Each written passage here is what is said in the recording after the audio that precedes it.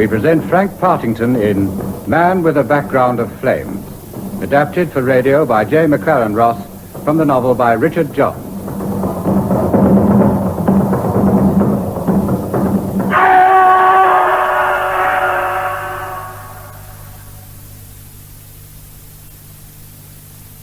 The day Jim Flaherty jumped off the roof, I decided to write this story. Of course, I don't know how it's going to end, but there's no difficulty about beginning with Lisa. Lisa, you see, had just turned me down.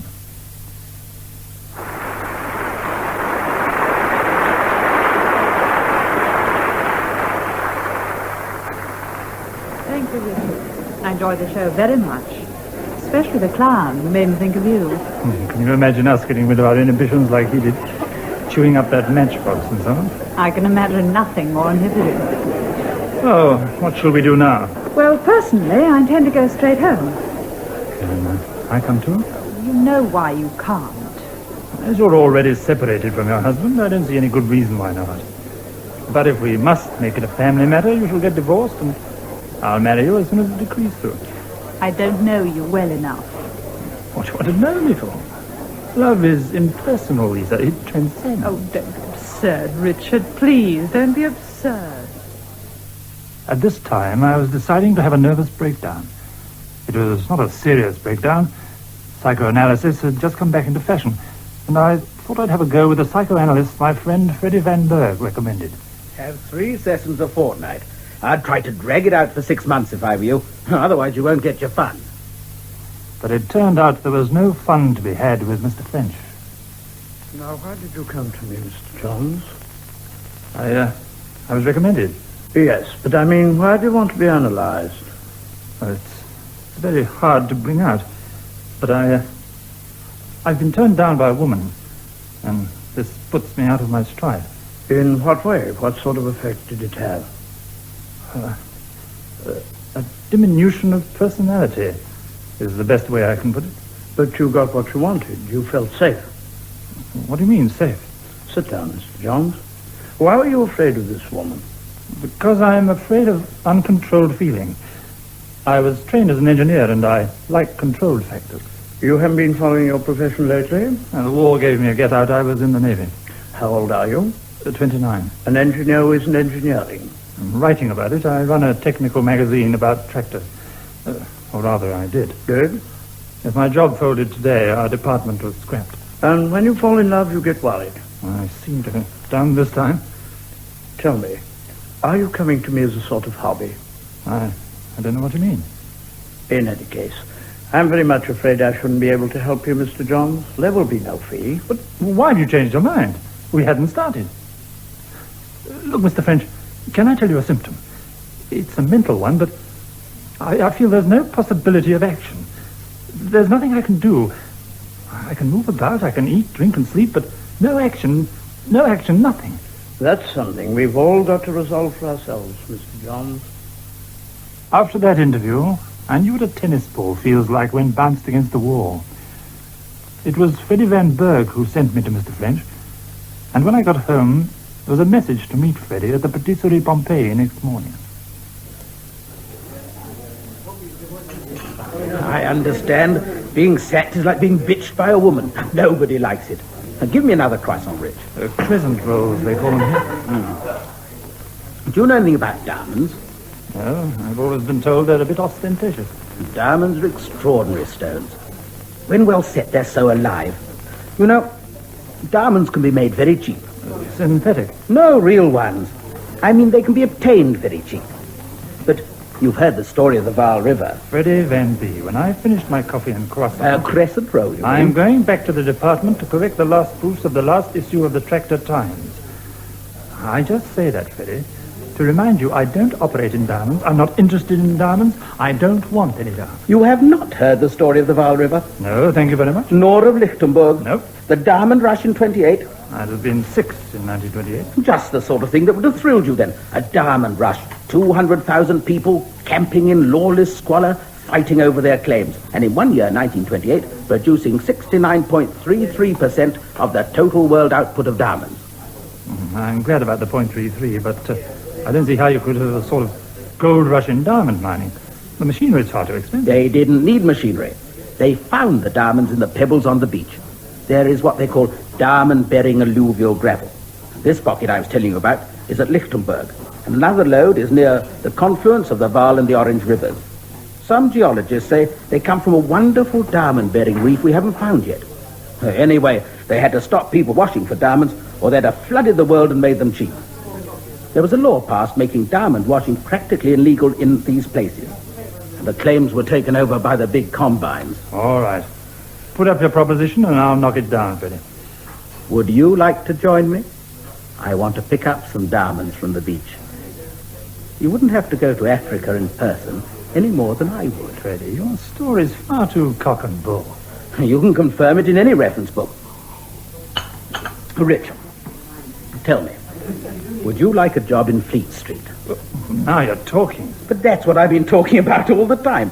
A man I know from Bergh. Now listen, Rich. All right, Freddie, you have the floor. A man I know called Herzog, a South African, wants to set up a London office and put a man in charge. What for? For an American and European news digest. But who for? He has a Sunday paper in Joburg and one in Afrikaans. What's his name again?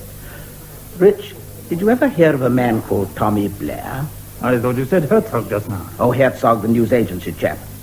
Tommy Blair was a prospector for diamonds. Whoa, Freddie. If your man Herzog has a job going in Fleet Street, then I'd like to meet him. Can we fix anything? Phone him from here? Rich, that window there looks down on Marble Arch. Now, once Tommy Blair, this prospector, was in a taxi cab. A 6-wheel lorry came round Edgware Road. It got Tommy Blair's taxi up on the pavement and into Hyde Park railings. One of the railings went through Tommy Blair's chest. It was bad luck, a nasty accident. That window probably looks down on it. Freddie, this Herzog... Tommy Blair found the diamond-bearing soil in Alexander Bay. He came here to raise capital, and after he was dead, a couple of other geologists picked up £150,000 worth of diamonds in 6 weeks. Are we talking about geology or this chap Herzog with a job to offer? Both. They interlock. Tommy Blair had a nephew.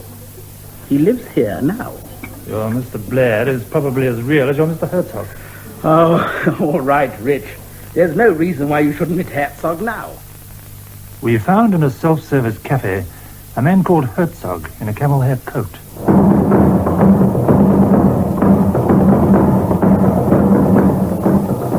About 6 months after being appointed African News Digest London man, I walked across Fleet Street to the American offices.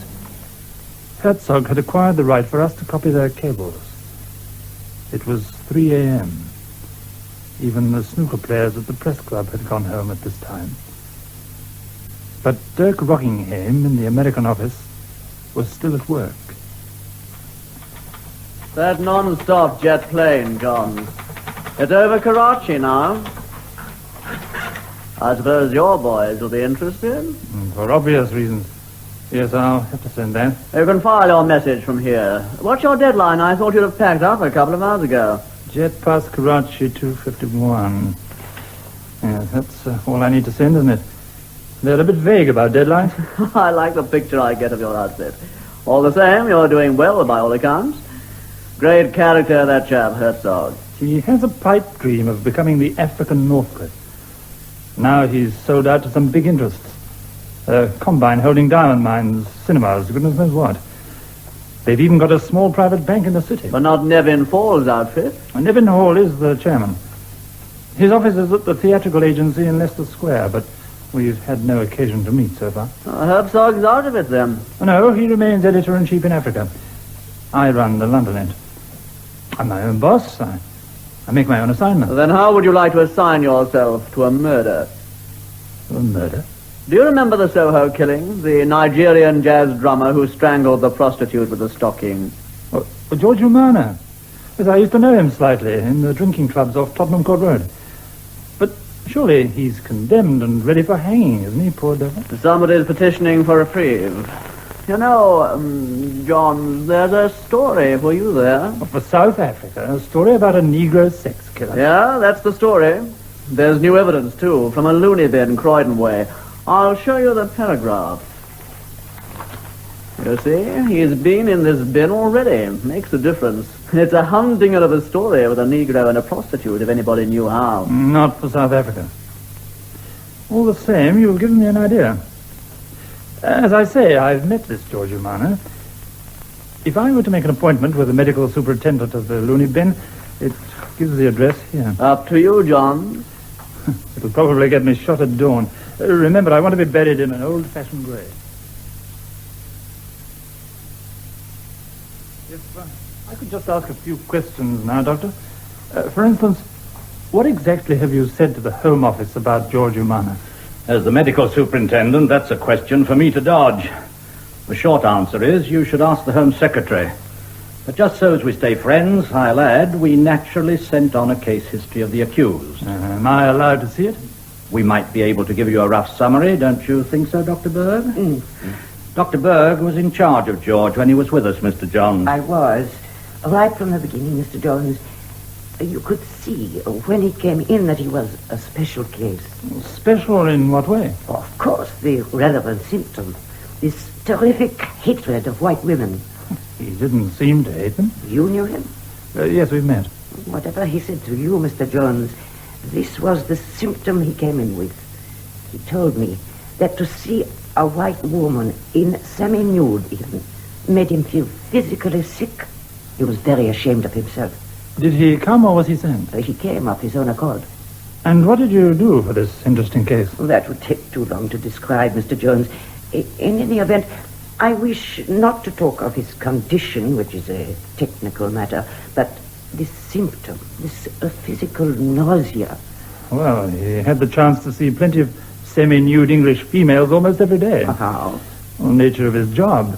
A drummer for dance shows, cabaret I reviews. best say it's down in the notes, but we spend less time on what we call the content of our patient's psychotic processes than on the form.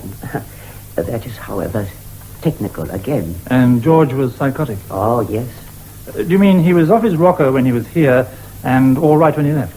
We discharged him because he could be a useful member of society once more. Without danger to other people? So we thought. He wasn't certified? There was no reason to certify. And now? Yes. I would certify him now. Look, aren't you sticking your neck out just a bit? I always do. It's just a habit. He's done a murder. If that makes him mad, it goes for every murderer. What do you think, Dr. Berg? Possibly, Mr. Jones. I don't know. Anyhow, it goes for George Umana. Still, I'm not judging him, thank the Lord. I just sent his papers to the Home Office. It seemed to me I was involved in this thing now. And I went on half automatically looking for a story. There was a caretaker at the rehearsal rooms in Soho, where George Umana used to work, not far from Archer Street, the jazz drummers' stock exchange.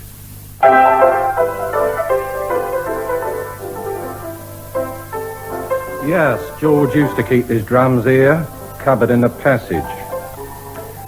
Sometimes he'd be slipped £1 or 10 bob for the morning, and sometimes he'd do really well. People got to know him. He was a fair asset, he was. George was good. He got plenty of offers. And how about the girls? How did he get on with them? Well, there's a company downstairs might tell you. They was here when George was pinched. Just happened to come back today. They'll be having a break in a minute, and then we'll go down.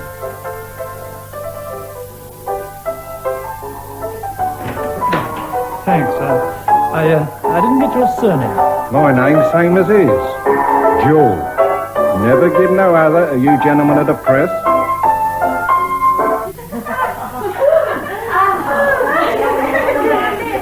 Hey, girls.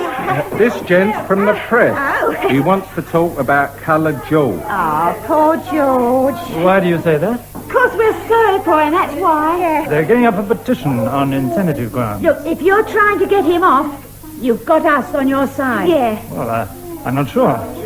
If a sex murder proves the man's insane, then every sex murderer has an automatic let-out. If you call it a let-out into a loony bin. Well, there can be worse places. I've just come from the one where George went to before. Why do you think he killed her? She was peculiar. That's what. Yeah. I'm not getting anywhere with you two. You're not reacting right at all. You ought to stick up for the woman. Why do you stick up for him? He was a good drummer and he didn't want an ordinary job. And that just shows George wasn't ordinary himself. Yeah, you've got to treat him different. Yeah. Let him go around killing people. He wouldn't do it again. You're not helping, girls. You're not helping me at all. But I was wrong. The few lines I wrote about what they said, what show people think about the killing, and what the medical superintendent had said, were cabled straight back from South Africa to London front pages. This caused a stir.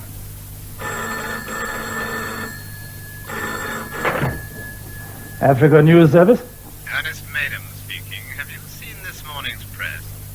That's what I'm paid for. Well, better come round to my office quite soon, if you don't mind. Mr. Johns, will you telephone Mr. Ernest Madam? He rang twice. I've already spoken to him, Miss Sparrow. Oh, good. Because he seemed to think you might want to go around and see some of them. To see who? Chairman, I should have wondered. Mr. Nevin Fall. Did Mr. Madam say so? Not he. That's just my guess. Mr. Madam's very close. I fancy you know this organization better than I do, Miss Sparrow. What is Ernest Madam's exact job? He runs a theatrical agency, and he's confidential clerk. Who to? Mr. Nevin Fall himself, and some of the others, to a lesser extent. Confidential clerk's a very old-fashioned title, isn't it? This is a very old-fashioned firm, Mr. Johns. I suppose you will be going round to Leicester Square now. What did you want to see me for, Mr. Madam? Do you like my violets? They're a very underrated flower. Do you know just how much you've stuck your neck out, Mr. Johns? What about George Umana? How did you guess? It was a good story. Rockinghame in the American office put me onto it. Well, the Americans didn't print it. Oh, of course not. It's local news. Perhaps it's the local angle you don't appreciate. I know you're new and have the confidence of youth. I don't know whether you've got any excuses. Well, when it's a question of policy, I'd always rather talk to the policymakers. Well, that's what you may have to do before you're much older, my boy. Well, when can it be arranged? Have you Mr. Fall's engagement book? Oh, dear. It's not as easy as that. Well, that's his office through there, isn't it? Yes, indeed. Like to see inside? As you'll see, the chairman's chair is unoccupied this morning. Mr. Nevin has several companies to attend to. Of course, what they can't understand over there is why we of all people, should suddenly start defending a coloured murderer. Well, practically every London paper had it on the front page. Quoted from us, cabled back. Does that make it a good story or not? Oh, I know I'm in another section. I'm in the entertainment business and you're in journalism. Lovely perfume, these flowers. But it always seems to me you chaps are so crude. You don't ask yourself whether it's good publicity or bad. Any sort of publicity is okay with you. Well, I'd rather not discuss it now. Perhaps when Mr. Hall comes back. Ah, you think you'd rather talk to the boss? Well, I'll forgive you. I know you're new in these parts. You'll have to talk to Mr. George Newbold at the Afrikaans Bank near the Mansion House. I can't think why you got me down to Leicester Square when the real appointment's in the city. I never understand this outfit. Oh, we just wanted a preliminary chat. Well, when am I supposed to see Mr. Newbold? 12:30. Of course, if it had been a question of the sack, I'm still empowered to give it to you. And good day, old son. Good day to you, Mr. Richard Johns, Mr. Newbold. Oh, of course, the News Digest. Sit you down. You haven't been to see us at the bank here before, if I mistake not? No. Tell me all about it. Well, there's not much to tell. I understand there's a policy objection to my story this morning. All I can say is it's a good story, as you can see from every front page. Oh, come. We don't want to lose you, and I shall refuse to quarrel. Do you agree with Mr. Madam that I got bad publicity for the Africa News Service? I never agree with Mr. Madam. It didn't do us any harm in London. It may even have done us good, the Union being more liberal than London for once. We'll get over it all right. There are a few testy old gentlemen over there, but, well, there are always a few testy old gentlemen. Have I your support in running the news service without worrying too much about them? The service is young, and you've been running it brilliantly. There's even been talk of a directorship for you. But if you want to get round the testy old gentlemen or get quick ones past them, You'd better keep in touch pretty closely. Am I to regard you as the liaison? Between ourselves. Between ourselves. Come in. I beg pardon, sir. There was a message on the telephone for Mr. Johns. The gentleman will ring you at your office later. Mr. Frederick Van Berg. You haven't forgotten, my dear Rich, that I got this job for you for a purpose. Diamond-bearing gravels, remember? Freddie, that's phony. I want you to meet this chap, Jim Flaherty. You remember, Rich, he's the nephew of Tommy Blair, the geologist who was killed in the crash at Marble Arch. He's an Australian, an art dealer, goes in for primitive stuff. Freddie, Flaherty's giving a party tonight to launch a new business enterprise at his house in Regent's Park. You know how much I hate parties. Lisa will be coming. She'll be expecting you, Rich.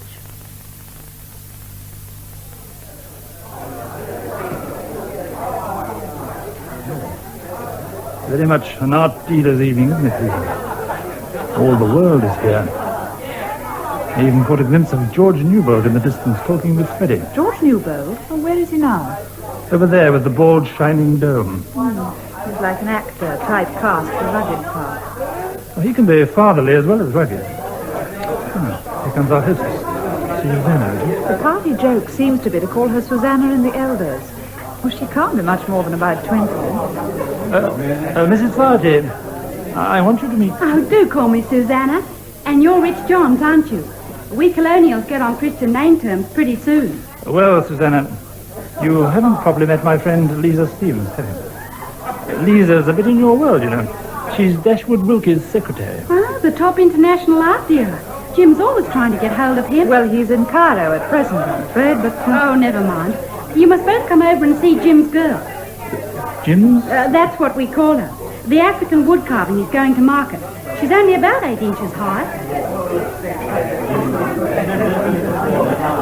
Just look at her. Isn't she a beaut? I say the man who made her must have been seeing American movies. Notice how the wood being in 2 colours makes her still more a black beauty for not being quite black. Jim's found a way of reproducing her too. They can do it absolutely perfectly. She'll be a terrific hit. Sell like hot cakes. We need some money. This is my number 2 scheme. Oh, what's number 1? To enable African governments to buy back their stuff.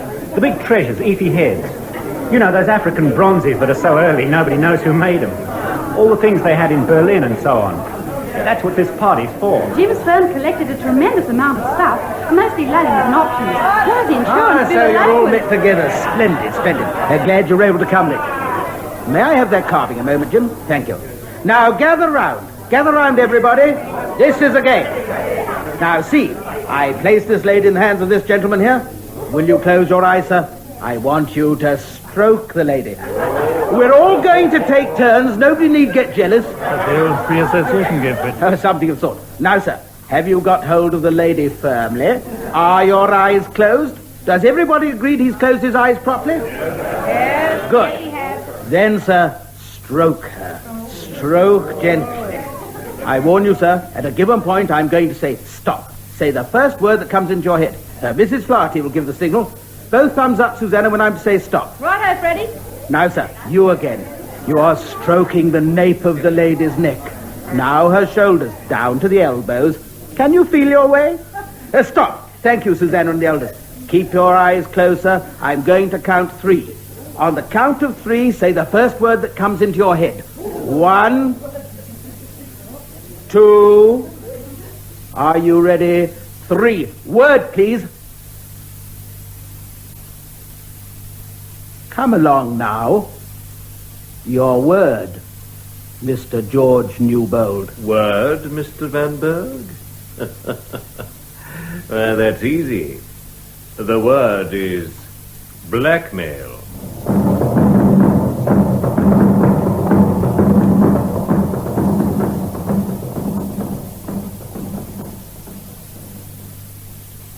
Well, do you think it was a success, the party?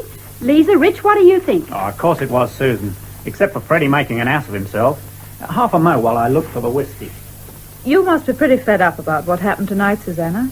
Why, what did happen? Well, Lisa means that exchange of broadsides between Freddie and George Newbold, don't you, Lisa? Yes, I mean you can't afford a quarrel with the Afrikaans Bank, can you? But was there a quarrel? I thought Mr. Newbold was awfully sweet. Freddie was telling me about Jim's uncle. Wasn't he a prospector for diamonds in Africa? You mean Uncle Tom Blair? For some reason, we always called him that. In full, his name was... Yes, we're sort of cousins, Jim and I. I can remember Uncle Tom Blair, too, though Jim laughs his head off when I say so. Too right, I do. Whiskey, everybody? Yes, please. Yes, have one. You couldn't have been more than 4 when he got bumped off. I was 5.5, so there. I suppose you all thought he was going to make the family fortune. I'll say we did.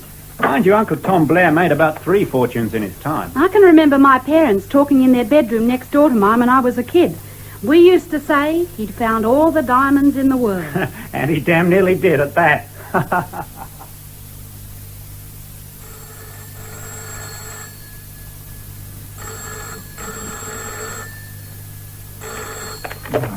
Oh, the devil. Freddie here, Rich. Listen, Freddie, it's 8:15.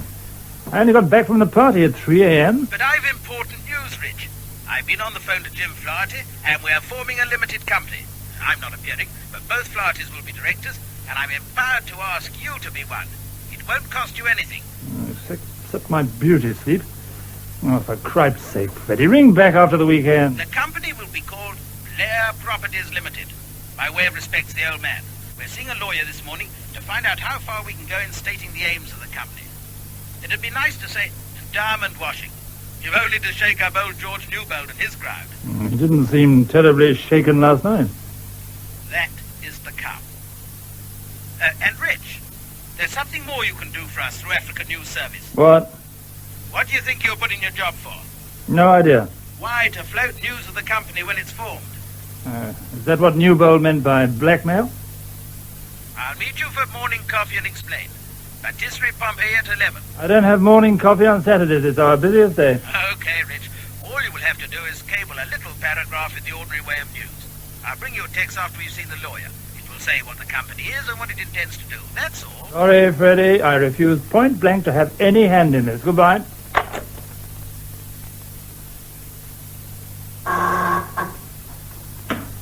Call for you, Mr. Johns. Oh. Shall I put the lady through? Thank you, Miss Sparrow. Hello? Who is that? Good morning, Richard. Lisa, what the... Rich, I hear you've been talking to Freddie. Oh, you do? Listen, my dear, I don't have a love life on Saturday mornings. I'm funny that way. I'm coming down to Fleet Street, Rich. I've got to see you. Oh, not at the office then, for goodness sake. In the pub opposite. Oh, Miss Sparrow, I'll be in the Mermaid for about half an hour if anybody wants me. The downstairs bar.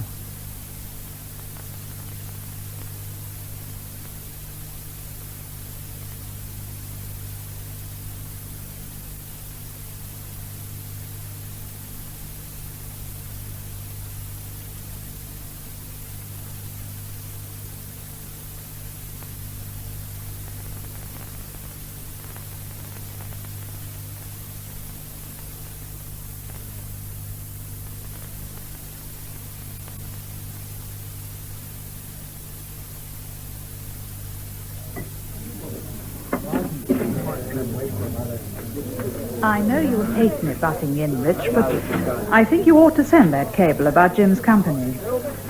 Lisa, I let you come down because I realized I'd been too abrupt on the phone. I like Jim. I love Susanna.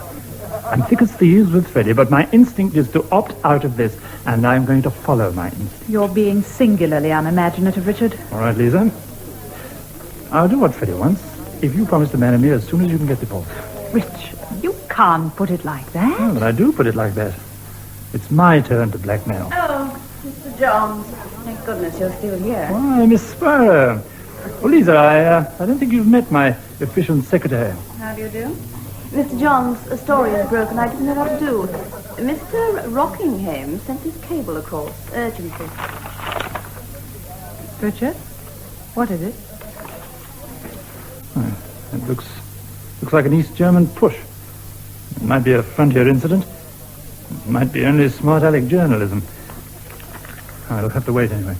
You're not sending anything? Not yet. Suppose Joe Berg cables while you're out. Well, leave it till I come back. Very good, Mr. Jones. Have a quick one, Miss Sparrow. Then possibly I'll come back with you. Not in the working morning. Thank you. Is it serious, Richard? Yes. No, which? The news from Germany. No. Yes. Oh, I don't know. I'm not talking about Germany, I'm talking about us. Might be the beginning of a war. I'm still talking about us. Oh, we seem to be getting hopelessly involved. That's what I hoped. Don't be ridiculous, Rich. Well, have another drink.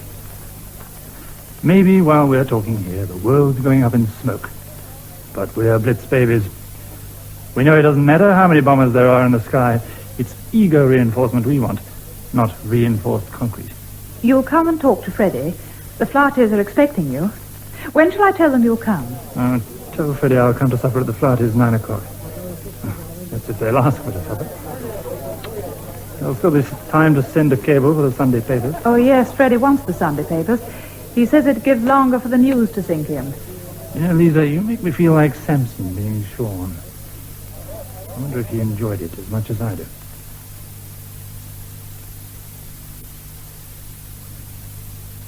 Ladies and gentlemen, pray silence for Mr. Van Berg. He's now going to read us his great communique, aren't you, Freddie? Here, Rich can read it for himself. You see, Rich?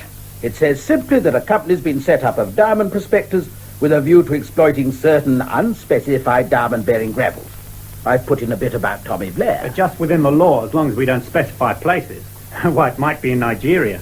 But I bet the law officers in Cape Town will be going through it with a tooth comb tomorrow morning. If it gets in. You will send it, won't you, Rich? I'll send it all right. Lisa and I have a bargain about that. But with this German crisis... I don't know anything about any bargain. Flaherty here. Is Richard Johns there, please? Oh, yes, he's here. For you, Rich. Oh, thanks. Who's this? Dirk Rockinghame. Oh, you've heard something? Oh, just had a tinkle from one of our contacts in diplomatic circles. If it's true, it kills the whole story. Waiting confirmation now. Better catch a cab straight over. I'll be with you, Dirk. Better give me your communique, Freddie. I've got to get over to the American offices. Turned out there was no frontier clash after all. It was just a pack of lies. But that's newspaper work. However, I sent Freddie's cable. And on Monday, waiting at my office, was an invitation from George Newbold. Mr. Ernest Maiden was on the line, Mr. Johns. He had a message from Mr. Newbold to say would you care to join him for a car ride through Epping Forest. They will be here in 10 minutes. Would I care to? That means I can refuse if I want. Mr. Maiden didn't give any indication. Thank you, Miss Sparrow. Tell me when the car arrives.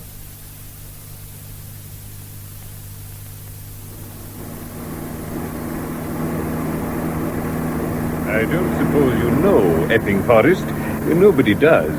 I seem to remember it as a nice forest, Mr. Newbold. William Morris called it this strange, unexampled, and most romantic wood. He was born there, like me. Oh, I thought you were a Scotsman. By parentage. But this rather scruffy end of London is my stamping ground. I come here when I want to think. Glades of hornbeam and beech. I want to talk to you, but you'll have a chance to look round. You'll be absolutely shaken merely to look at it in this sun. Glades of hornbeam, my boy. That's what you'll see. I'll see something different. When I was a kid, we used to roam about the forest in gangs, particularly at weekends.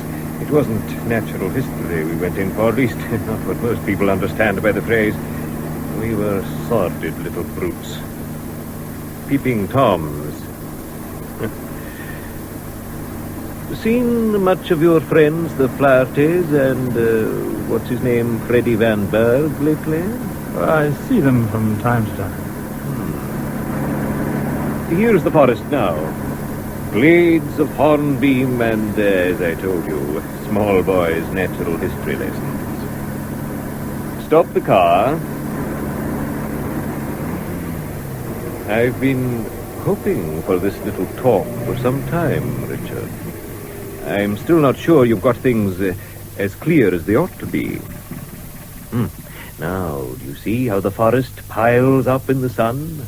Quite a spectacle. As you know, we're in Essex now. Ever study history? In some ways, our times are rather like Queen Elizabeth I's. We haven't got a Shakespeare, oh dear no, but we have got rising prices, and we've got treasure. You see, it's the official theory nowadays that the extraordinary things that happened in the first Elizabethan age were caused by its being an era of rapidly rising prices, brought about by the income of treasure from South America. Well, now, the same thing's happening with us on a bigger scale from South Africa. The inflow of gold and diamonds. Well, the scale's been colossal, as I dare say you know. And world prices, consequently, are going up all the time. Have been since the start of the century. Now, what you must understand, my boy, is that when you come to an organization like ours, you're approaching the people who control the rising prices. And they determine everything else in the world. Some prices are falling. Not diamonds. Oh, there'll be local rises and falls from one year to another, but a steady overall rise each decade. Mr. Newbold. George, if you don't mind, my boy. George, then. You hinted about my friends, the Flahertys and Freddie Van Berg. Their diamond company and so on doesn't find favor, I imagine, with your principles. If the treasure, as you call it, flowed too quickly, it would spoil things. If it flowed at its natural speed, it would spoil everything. You're interested in diamonds, all right. Let your gravel-bearing geologists get busy, and within a year or two, diamonds of 20 carats, why, they'd be as cheap as glass beads. Diamonds are quite fun for their own sake, really. It would be nice if everybody had some. And cheap oysters and champagne for everybody, too, I suppose. I believe your friend Jim Flaherty has been trying to get in touch with me. Perhaps he wants us to buy him off, Well, you might tell him there's nothing doing. Nothing at all. Drive on, chauffeur. Of course, I saw it all plainly now. Freddie had gone all this long way round, getting me a job with Herzog, because for his purposes, a news item cabled by Africa News Digest was rather like sending an anonymous blackmailing circular to the big diamond combine.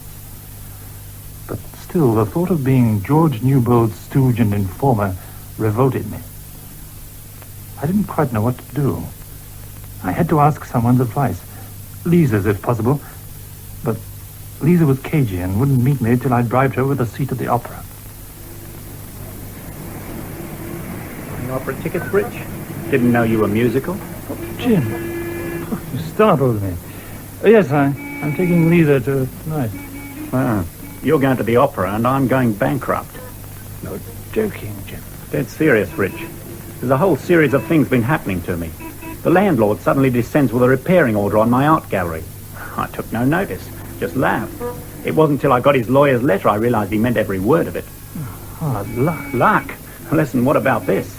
Bank manager sent for me yesterday, calls in the overdraft. No notice, nothing. Just plain blank bloody rudeness. You don't see any connection? Frankly, no. Then to cap it all, remember that pretty little African statuette girl we were going to town with? I was going to have about 1 million replicas made. Getting them in every suburban front window. I've got my first consignment of wood. I've got my permit for the second. Now I find the consignment requisitioned and the permit cancelled. Well, with all this, do you think you're wise in complicating your business just now? What with? You mean diamonds? Exactly. I always play high stakes, Rich. So long.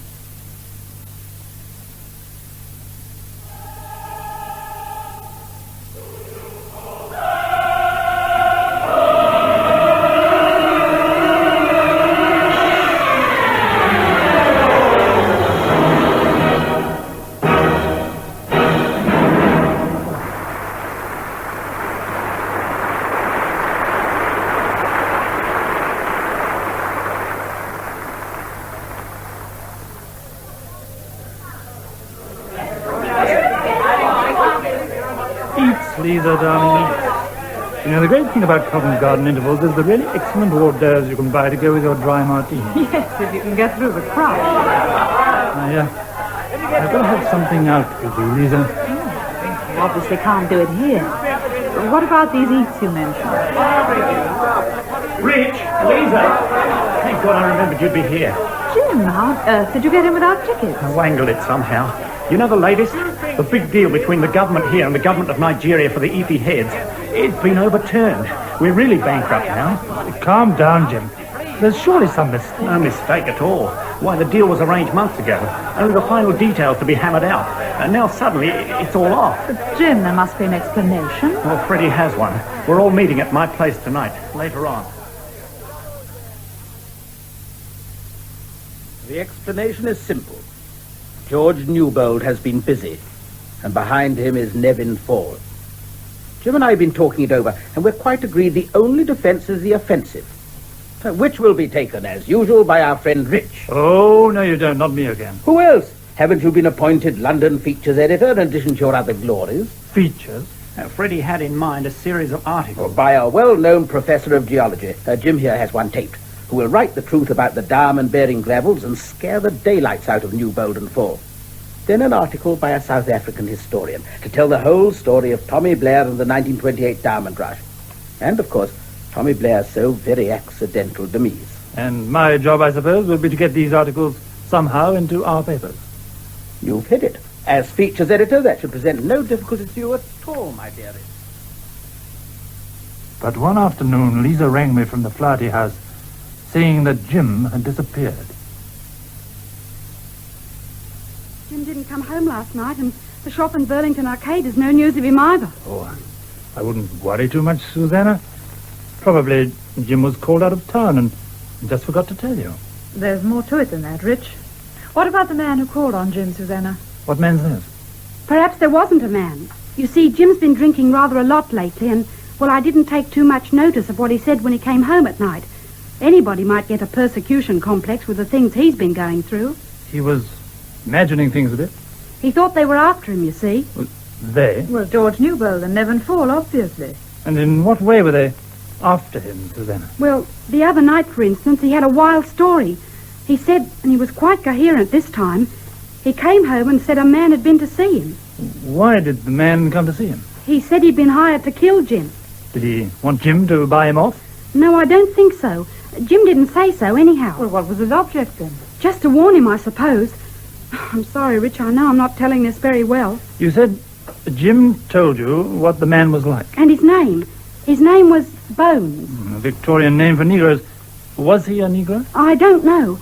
I didn't think of him as a Negro.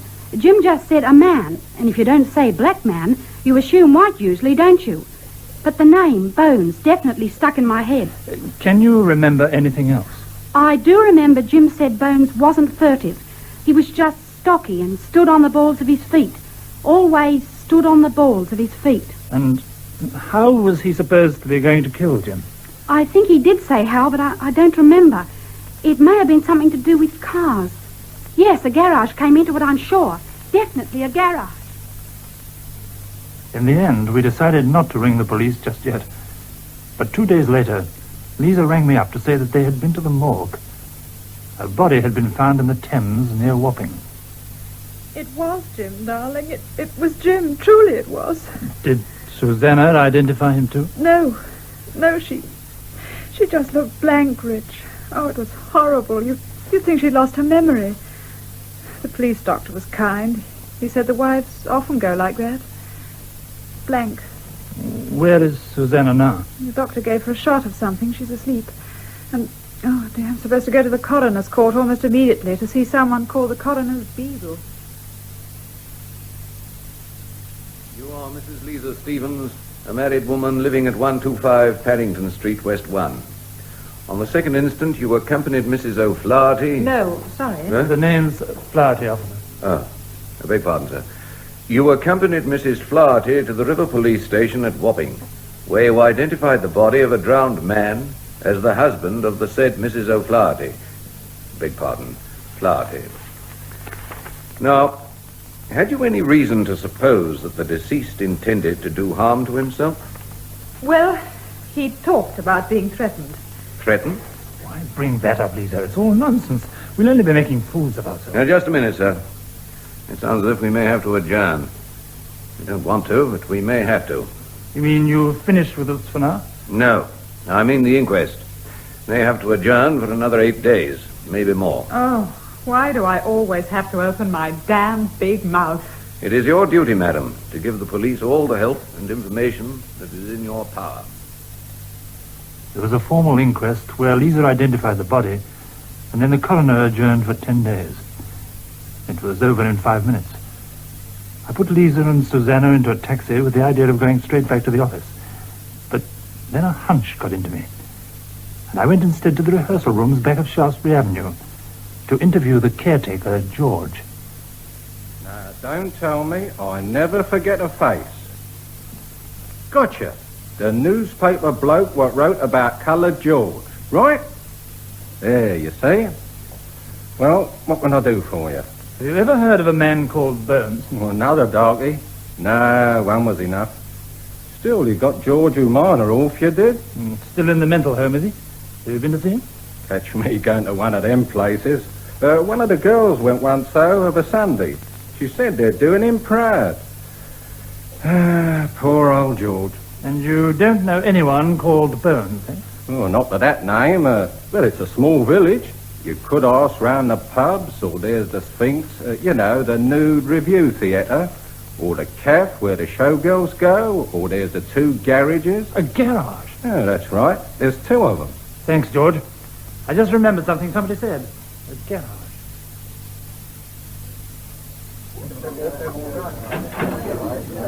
Excuse me, landlord. There are a couple of garages around here, aren't there? Well, you know the big one, surely. I grant you might have missed the little one. It's in the yard behind. I asked because I was hoping to meet a friend of mine who's a garage hand. A chap called Bones. Oh, sorry, can't say. You know anyone with the name of Bones, Jack? Try the commissioner at the Sphinx Theatre, sir. He knows Burns. No, not me, sir. But my mate inside, he'll know Bones. You go in and ask him. Then may I pass? Not without paying, you can't. Seats at 13 and 6, sir. Oh, all right. Here's a quid. Oh, thank you, sir.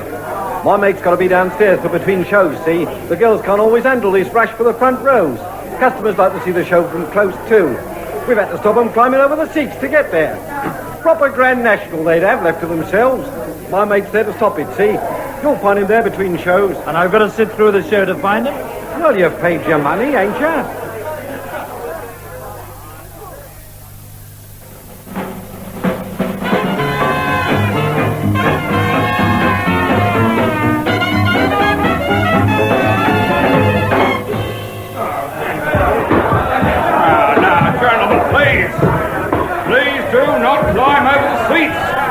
Any customer ignoring this warning will in future be forbidden access to the theatre altogether. Clearly the worst punishment. Don't you? Ever heard of a man called Bones? Bones? No, you won't find him here. You'll find him in the horse meat shop in Terminus Street.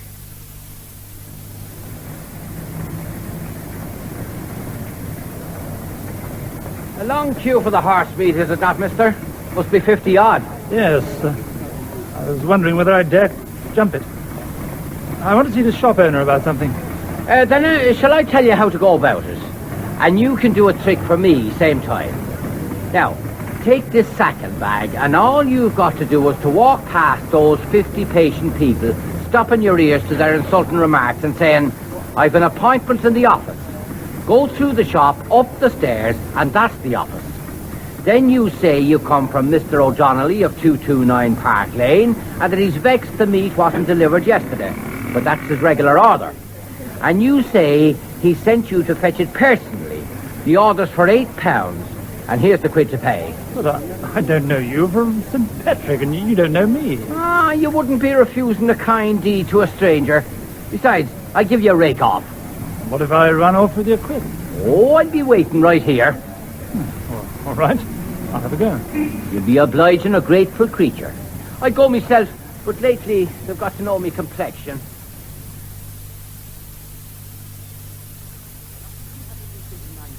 Mr. O'Donnelly. Yes, here's the entry.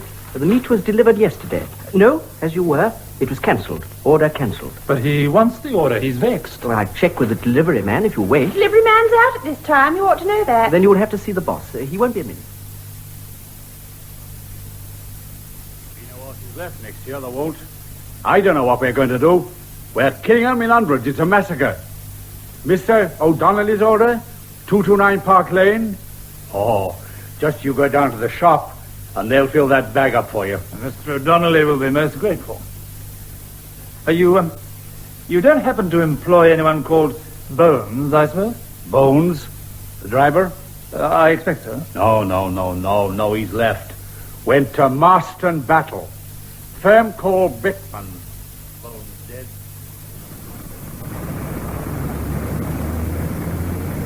Oh, here's your bag.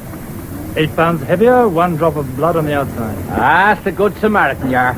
And in return for your kind offices, may I slip you this $50? It's the half of what I'd be making myself. I'd be offering me rounds after a drink. I sell me beef for 2 and 9, the half pound. Hey, do you know what it says in the Bible? Despoil the Philistines. Did they ever tell you me mother was a Protestant? It also says, feed me sheep. Went to Marston Battle, a firm called Bickman's. But when I got there, a 2-mile walk through a shower of rain, I was told... Bones? Oh, he's gone, got himself another job. You don't happen to know where? Garage down by the station, about 2 miles back along the road. Yes, I know. I've just come from there.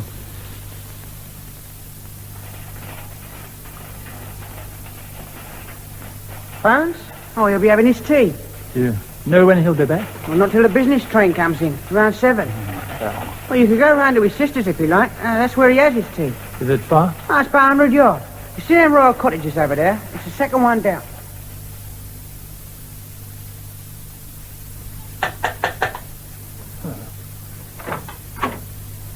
Good afternoon. Could I see Mr. Bones, please? Oh, yes. I'm his sister. Bill's in the back, if you'll come this way.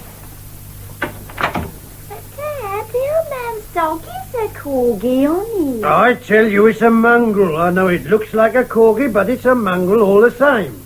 You've got to do this properly. There's no point in it if you're cheating. Yes, Millie, what is it? Gentleman to see you, Bill. Oh, yes, well, come in. Sit down. Dad? Yes, all right, go on, up it. Bear in mind, though, there's not many dog spotters got a papillion on their cards. Come on. Go on, then. Oh, that was my eldest, on this dog spotting like, you know, spotting dogs instead of Indians. I bought you the oil lamp, Bill. Oh, for Christ's sake. Do we have to have that stinking thing in here whilst we're eating? It's summer. Won't be dark for hours yet. There's no stink. I just cleaned it. Oh, I'll take it away if you want. Well, I do. It's my mother's idea, you see, these oil lamps. Just won't have electric. We're the only house in the row not wired. The old woman's that ruddy superstitious. Still, I mean, she's 80-odd, getting on a bit. Mind passing the mustard pickle, please? Now. Mr. Bones, I've come from a Mrs. Flaherty. Does her name mean anything? Mrs. Flaherty seemed to think you did a good turn to her husband. You tipped her husband off about something, didn't you? Warned him. You know Flaherty? Yes, that's why... All right. Come on. You've not finished your tea? I've had it all. I won't come along with me. I've got a car in the garage.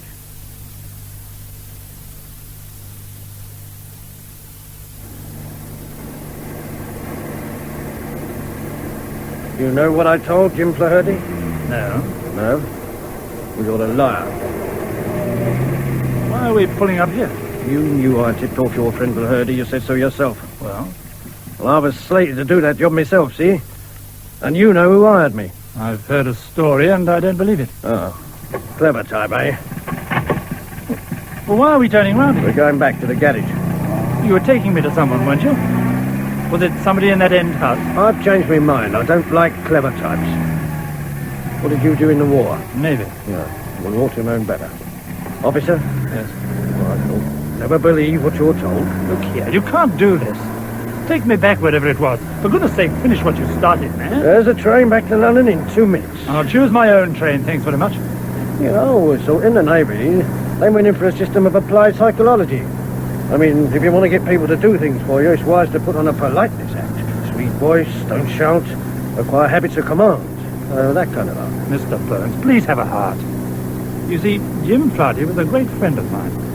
And it seems you did him a good turn. I don't quite understand how. Can't you see, for his wife's sake and everything, I have to find out what happened. Oh, all right, we'll go back.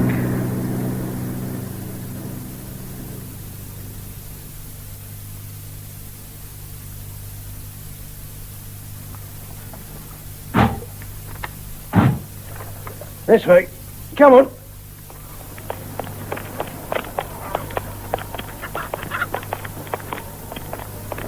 Oh, evening, Mr. Wainwright. Is he upstairs?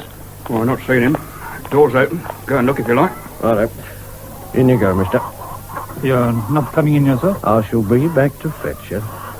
The room you want is on the first floor front.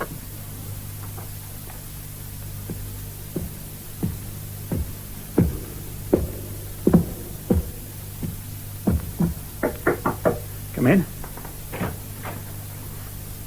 Jim! Come in and shut the door, Rich. So you've smelled me out, have you? Jim, of all Come over to the window. There's a good view out there. You can see all the way to the Devil's Punch Bowl. Do you realize poor Susanna thinks you're dead? What else could I do? Nevin Four was after me. He detailed Bones for the job, but he hit on a soft character. That was his bad luck. Bones came and told me all about it. So we reckoned I'd better lie low for a bit. Don't believe me, do you? Never believe anything, you newspaper blokes. I suppose you did the wisest thing. Besides, I had to get away and think. Freddie's smart, but is he smart enough for Newbold and Fall? I had to work things out, don't you see, Rich? But couldn't you have tried to let Susanna know? What sort of bloody fool do you take me for? Have a beer. The bottle's empty. You want a drink? Yeah. There's a free house on the corner. Oh, come on, then. No, you go and get us a quart. The rain stopped. I never go out if I can help it.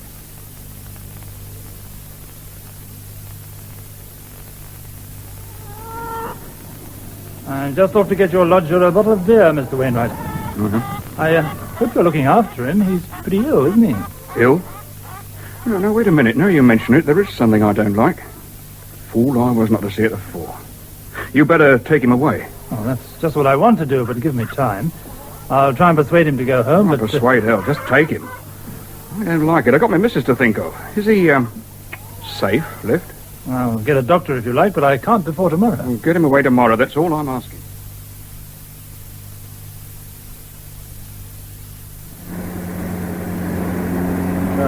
How'd you find him, mister? He's suffering from delusions. Oh, is that so?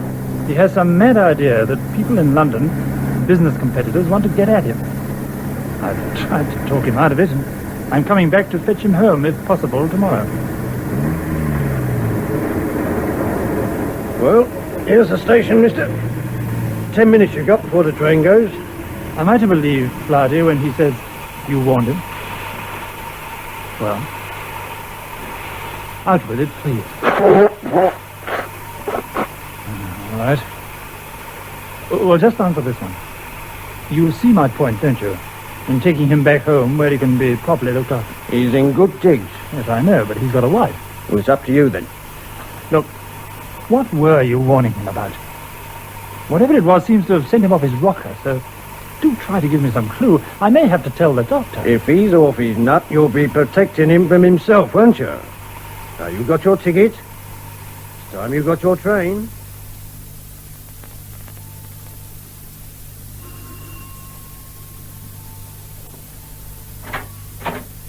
Hello, Lisa. Rich, come in. Oh, where have you been all day? We were expecting you ages ago. Lisa, listen. Take a tight hold of yourself. I've just seen Jim. He's alive. Rich, what are you saying? Susanna, please, go upstairs, darling, while I ask Rich. He said Jim was alive. I heard him. It's true, my dear. Only you see, he's not well. He thinks he's hiding. You mean he's mad? Oh, of course not. He's obviously had a sort of breakdown, though. You'll have to go to him. I couldn't. Susanna, darling. All right, I'll go, I suppose. It's just physical, isn't it, Rich? Like having a temperature. They'll be able to cure him quite easily, won't they? Of course they will. Listen, I'll make all the arrangements. We'll hire a car and all go down together tomorrow. But next morning, Lisa rang to say Susanna had broken down, and I'd have to fetch Jim on my own. So I telephoned Freddie to come and have breakfast at his blessed patisserie Pompeii. So, Freddie, I'm going down to Marston Battle on the very next train, and you're coming with me. What for? To bring Jim back, of course. Pass that basket, please. I must have another of these crescent rolls, don't they call them here? And, Freddie, don't think you're going to get out of it either. It occurs to me, didn't you do that wonderful story about the sex murderer called George something? What if I did? You must have got to know them awfully well at the loony bin. Where is this leading to, Freddie? My dear Rich, Jim Flaherty is, of course, bats. He's obviously crazy. So why not first consult with your friend, the medical superintendent, who has practiced in the handling of such cases? We have a case, Doctor, in which we think you might be interested. A very great friend of ours who has the delusion that he's being pursued and probably will be killed by the diamond firms from South Africa because he thinks he has the secret of diamond-bearing gravels. Now, one moment, please. Accordingly, this friend staged so convincing a disappearance that it deceived his own wife, who thought he had committed suicide. And, indeed, that's officially what he has done. I'm afraid, Mr. My name is Van Berg, Christian name Frederick. Now, what we came to ask you, Doctor, is whether this fascinating case might not be added to your collection, apart from which you and Mr. Johns here have exchanged services in the past. And where did all this happen, please? In London. Yes, but the exact address is? Our unfortunate friend's address is Kent Terrace, Regent's Park. And where is he supposed to have committed suicide? The body of the unknown man was found... Where was it found, Rich? In Wapping. And the patient at this moment is where? At a place called Marston Battle. Good. Now, Mr. Van Berg, you'll understand that in public psychiatric practice we have to fix our boundaries and be quite meticulous in keeping to them. Oh, of course, Doctor. Naturally. So when I tell you that not one of the addresses you have mentioned comes within my catchment area, I'm sure you can see that with the best will in the world, there's nothing I can do for you. But, Doctor... Shut up a moment, Freddie. There was a woman doctor, sir, in charge of George Umana's case. I wonder if she would help by giving us a few tips on how best to persuade my friend to come home. Dr. Berg, you mean? Oh, I don't see why not. I'll send you to her. Oh, how nice to see you back again, Mr. John. Did you come to inquire after George Umana? Oh, not really, Dr. Berg. It's a private worry. Your name is Berg, mine is Frederick Van Berg. No doubt we're distant relatives. But you've got my friend's name slightly wrong. Johns, and not Jones.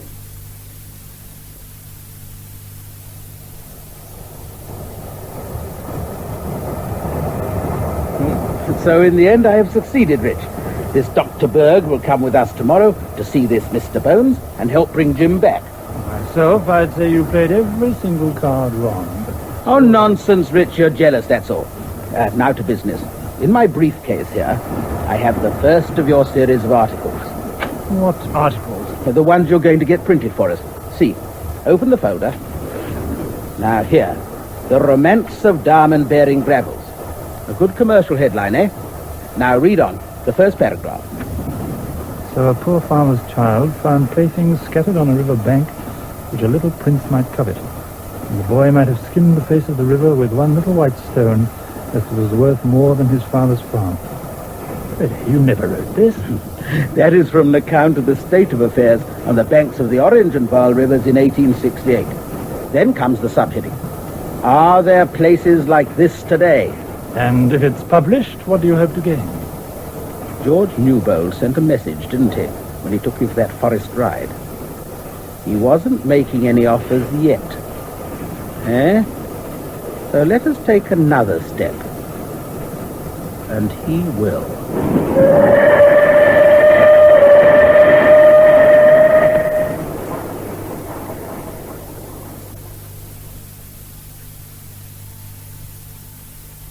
Mr. Bones, won't you sit in the easy chair and relax? Do, please. Just as a favor to me. Good. Now, you've probably gathered I'm a doctor, and these friends of yours have called me in about the case of your friend, Mr. Flaherty. He's not my friend. But you helped him, didn't you? He wanted to get out of London. I found him some digs. And I'm sure you found him some nice digs. That's right, Doctor. They're some of the nicest digs in Marston Battle. But he's married, and digs are for a single man. We are come to ask Mr. Flaherty to come home. Will he object, do you think? Well, that's for him to say. I'm not the one to interfere between man and wife. But I understood it was a business matter that brought him here, not a domestic upheaval. People do get mixed up in things, don't they? I understand that Mr. Flaherty's story is that you said you had been hired to kill him. That surely cannot be true. Well, some things are so true, you can never get anybody to believe them. Well, goodbye, Mr. Bones. And thank you. We'll let you know the result. Half a sec, Doctor. Yes, Mr. Bones. I would like to talk to you privately sometime, if you wouldn't mind. That's what I thought. Yes, we must arrange it. What did you make of Bones, Dr. Berg? A very confused type. Let us hope Mr. Flaherty is less difficult.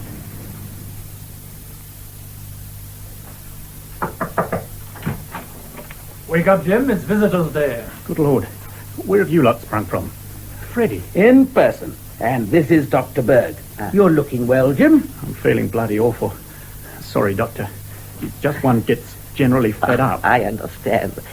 Perhaps you are tired of it here. Too right I am. In that case, we thought you wouldn't mind coming back with us. Your wife wants to see you naturally. What about packing? So you're a doctor, eh? I am, yes. What sort? A psychiatrist. Do you know this feeling? That it doesn't matter whether you're in one place or the other. Either of them, they're no ruddy where. Yes, I know that feeling. Now, shall I help you to pack? Doctor? Yes. Will I be all right? Is there any reason why you shouldn't be? Don't seem to be able to sleep. Is it hard to get to sleep? Or do you wake up suddenly? Suddenly, after about 3 hours, then never sleep another wink. I'll give you some pills. You oughtn't to be going through this. You ought to have asked before. But I hadn't got you before. Well, I give your wife some pills for you. She'll look after you. So Jim settled in all right in the end. He greeted Susanna just as if he'd come back from an ordinary weekend. I last saw her giving him the pills Dr. Berg prescribed. She must be relieved, to say the least. Oh, drink up, Lisa. Let's celebrate. Oh, waiter, bring another bottle of wine, please. Very good, sir. What's in that folder you've been carrying about all evening? Freddie's articles, The Romance of Diamonds, all ready to go off by airmail tomorrow. Richard, if Freddie and Co. did start picking up diamonds on the riverbank, just like that, would it really mean diamonds would become as cheap as glass? So George Newbold said. And will those articles do the trick? I mean, make Newbold buy us out? That's what Freddie thinks. I'd be careful about publishing them, Rich. Don't do anything that'll get you into trouble. George Newbold is such an old maneuverer. I like him, but I'd like to outmaneuver him too. And Nevin Fall? I had a message from him today to ring his office before sending off the articles. And it's funny, he's never tried to get in touch with me before.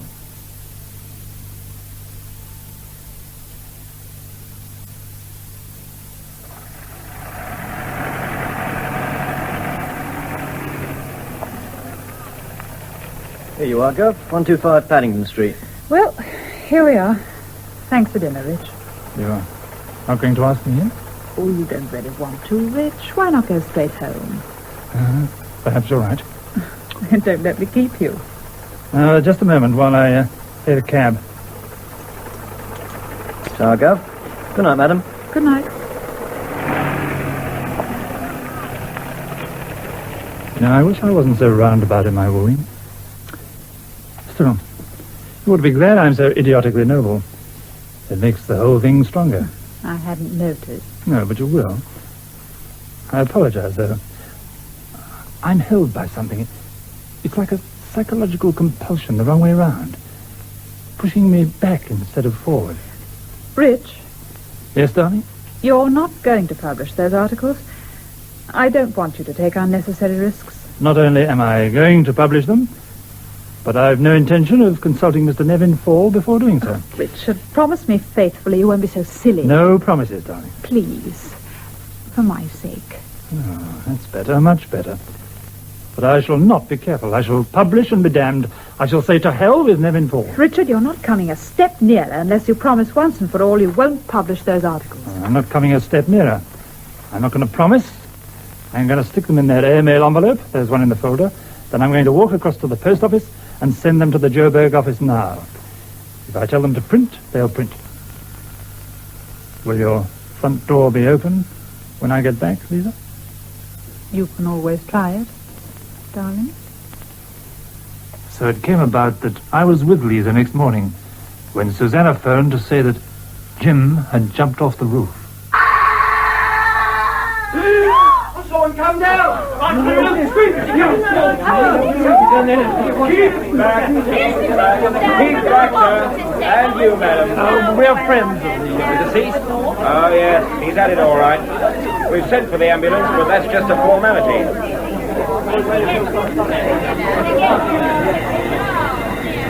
Can my friend go into the house, please? Mrs. Flaherty phoned us up special. Flaherty? Was that his name? All right, I'll let the lady pass, but you stay here, sir. I'll be wanting a word with you. Lisa, go and look after Susanna. I'll see you later. Make way there. No, not you, madam. Keep back, please. It's Dr. Berg. It's all right, Constable. This is the doctor who was looking after the deceased. I see, sir. And then, come on now, move along there, please. Jim has jumped off the roof, Dr. Berg. He's dead. Keep going, please.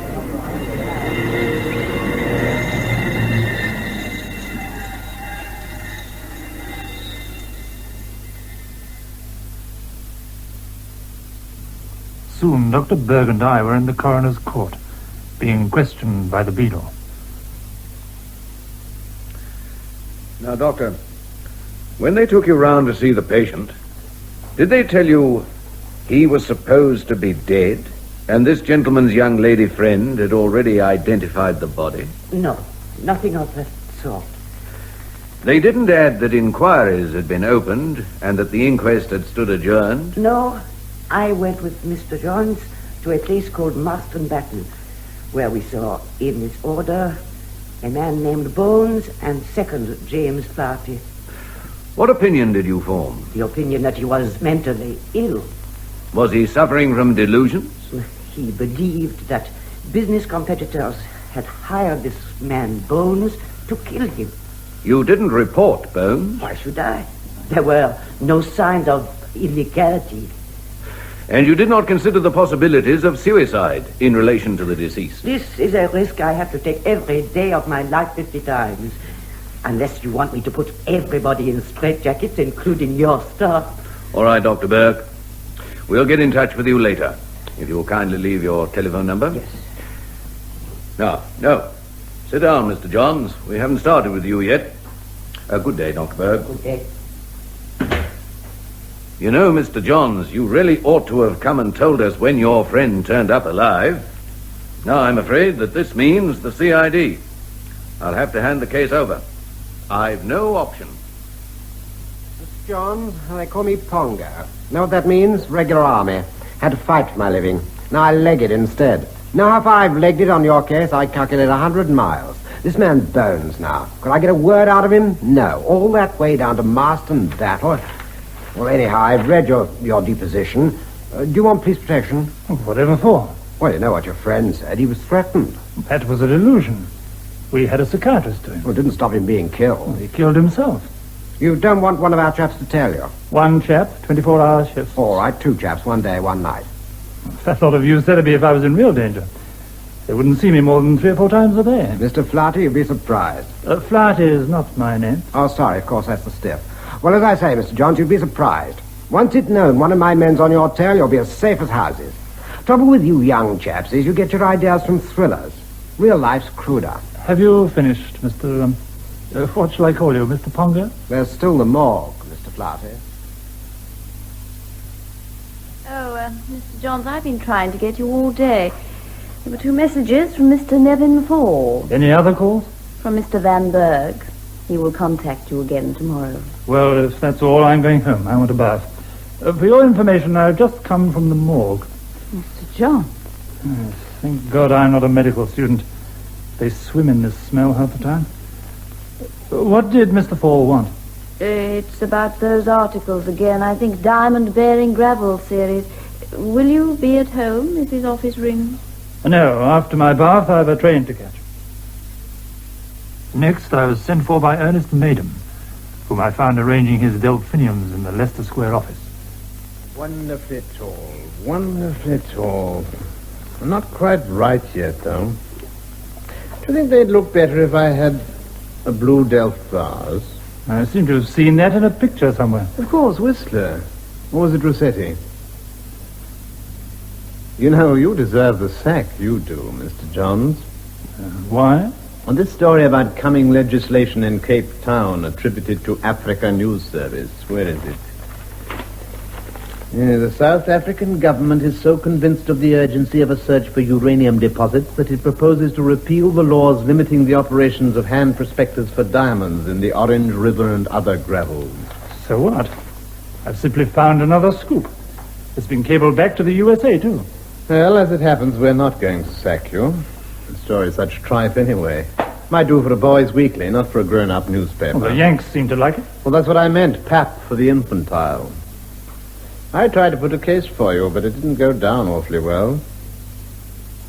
Yes, the thing about delphiniums is the extraordinary variety of blues you can get. Look at that one against that. Worcester china color, cold and beautiful, and this lapis lazuli. Yes, we haven't sacked you yet. If there were any uranium in our territory, which I fear there isn't, we wouldn't let any damn prospectors look for it, of course. But I said maybe you'd done a good bit of propaganda for us by making it appear we were in favor of private enterprise.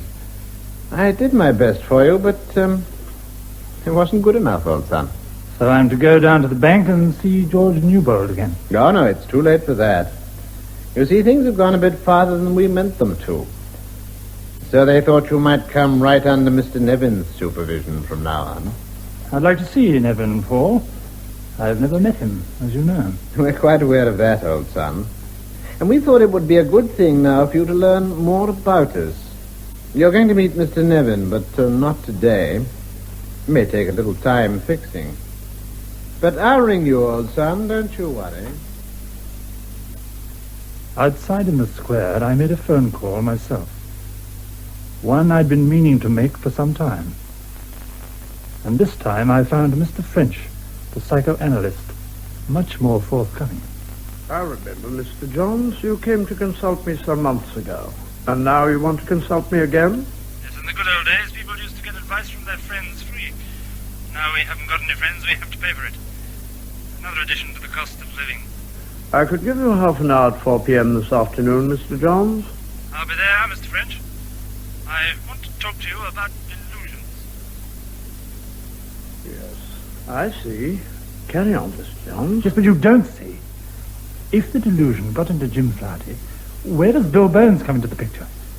Did he have delusions too, or what? Or do we all have delusions all the time? We all wear masks, and sometimes the masks get frightening. Yes. Yes, you've got me there, Mr. French, because now I find it's my turn to be frightened. I've got the delusions myself. Can you explain a bit?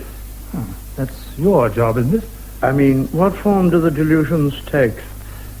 Well, I know that Jim committed suicide, but afterwards I began to believe that he was harried into it. When I'm feeling all right, I know this is silly, but when I get depressed, the delusions come back. I feel they're waiting for me. Outside that door, possibly. I feel in the end, they'll get me in a corner and try to kill me. But couldn't all that be real? It wouldn't make sense. You don't honestly think you've been provoking the big men in the diamond world? I think I may have. I wanted to. You wanted to? Not your friend Flaherty or Mr. Van Berg? But it was their idea originally, but when George Newbold tried to talk me round into a sort of semi-spy position, I thought I'd like to blow them up with as big a bomb as I could find. Last time you were here, you were bothered because you couldn't quite make up your mind whether to let yourself go with a young woman. Wasn't that it? Very broadly, yes. And that's all settled now? Anything but, unfortunately. Well, now, a few months ago, I felt there wasn't much I could do for you, and your condition didn't seem to warrant spending time. But since then, your condition seems to have got rather worse. Oh, that's encouraging. I always go in for frankness about these things. Going in for frankness isn't always the same as frankness, is it, Mr. French? Very shrewd, Mr. Johns. Have you got any free time day after tomorrow? Well, I'm flattered you were able to fit me in so soon. There's the cost of living, Mr. Johns, as you said this morning. I'll make out a card for you. It'd be funny if as soon as I got in the street, I met one of Nevin Fall's crowd. That would be a turn of the screw, wouldn't it? It would indeed. Well, here's your card. 4:30, day after tomorrow. Keep your eyes skinned, meantime.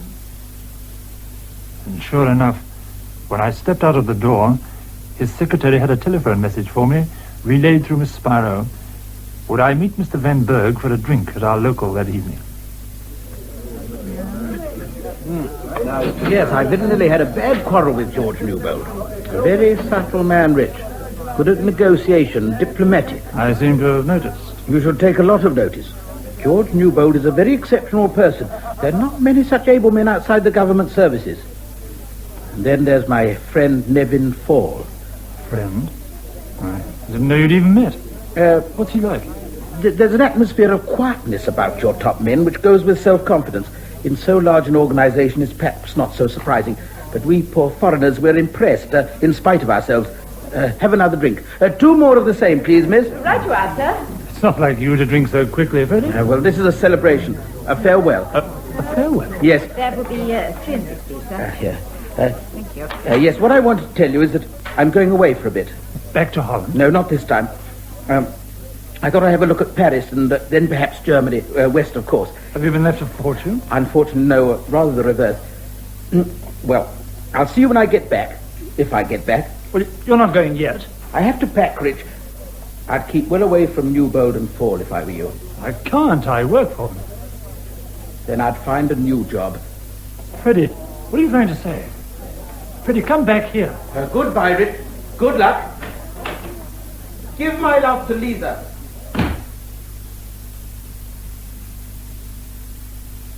So Jim's dead and now Freddie's gone. Well, there are still the 2 of us left. Lisa, I don't know whether you realize how important you've become in my life lately. I'm going to talk to my psychiatrist about it tomorrow. Don't be an ass, Rich. You see, what I'm trying to do is to make love to you in daylight.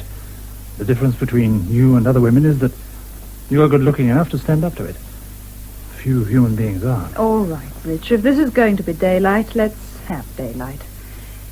I don't want to marry you. I want horizons. You mean travel, money? Sometimes that seems to be the only way to get what I want. But when I get to Paris or New York or wherever it is and buy the musk and drink the fizz, it doesn't seem quite what I wanted.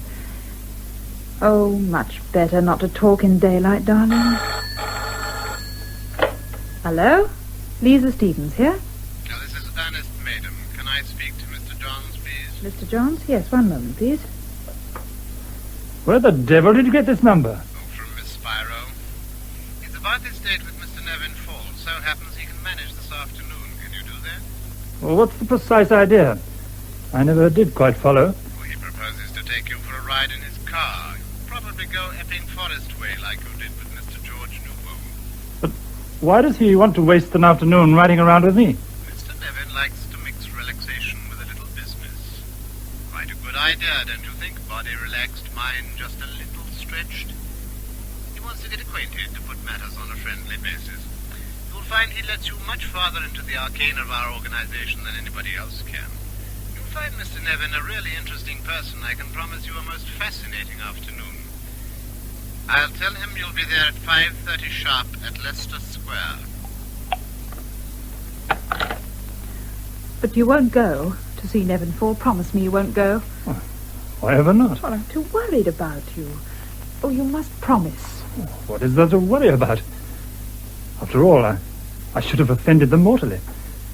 I bought that article, which I knew very well touched them on the sorest spot, and smuggled it into one of their own papers. It was quite outrageous. But instead of sacking me, they only proposed a ride with the big boss. Oh, I call it great-hearted. Oh, Richard, don't joke, please. I'm frightened. Can't you see I'm frightened? I've been putting this story down day by day. I've been putting it on paper as a way of getting rid of it, as if it might then exist apart from me. But the trouble is that this only makes it more like a jellyfish with tentacles. I decided to go down to Fleet Street before seeing Nevin Fall to pick up the typescript in its envelope. So here I am at Leicester Square Post Office, writing these last few lines. When I've finished, I shall address the envelope to myself and post it. And this story, for what it's worth, will come home to me tomorrow. As a sort of safeguard, shall we say? Safeguard against what? Violence? And yet, suppose I'm not imagining all this.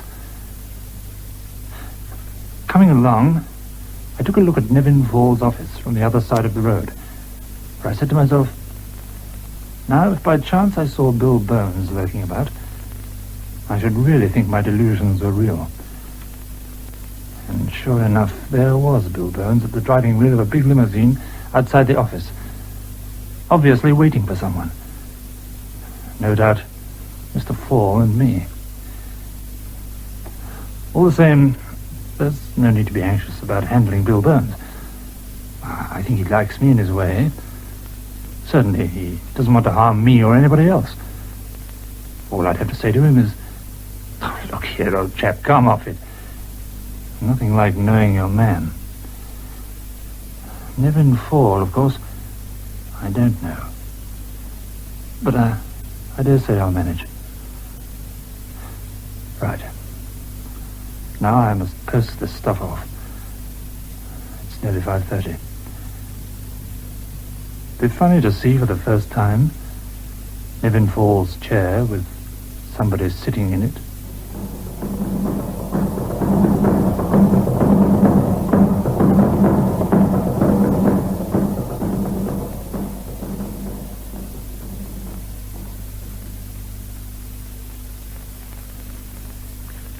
This is the producer of the program speaking. The typescript from which this play is adapted was duly delivered at Richard John's address and, after some delay, examined by the police, who yielded at last to the insistence of Mrs. Lisa Stevens and forced an entry into the flat. The only evidence they found throwing light on his disappearance was, in fact, the typescript itself, and little importance could be attached to what was obviously an essay in suspense fiction. Mr. Johns has not since been heard of. Good night, everybody. Thank you for listening. That was Man with a Background of Flames by Richard Johns, adapted by J. Maclaren-Ross. The part of Richard Johns was played by Frank Partington, Lisa by Anne Jameson, Jim Flaherty by Stanley Labor, Susanna by Rosamund Waring, and Freddie Van Berg by Tony Van den Berg. Ernest Maydam was played by Malcolm Hayes, George Newbold by John Graham, Miss Spiro, Gudrun Ure, Mr. French, J. Maclaren-Ross, Dr. Berg, Grizelda Hervey, Medical Superintendent Arthur Gomez, Dirk Rockinghame, Jonathan Scott, Caretaker Joe Sterne, Coroner's Beadle Philip Morant, Irishman Brian O'Higgins, Bones John Dirth, his sister Betty Linton, and Pongo John Bryning.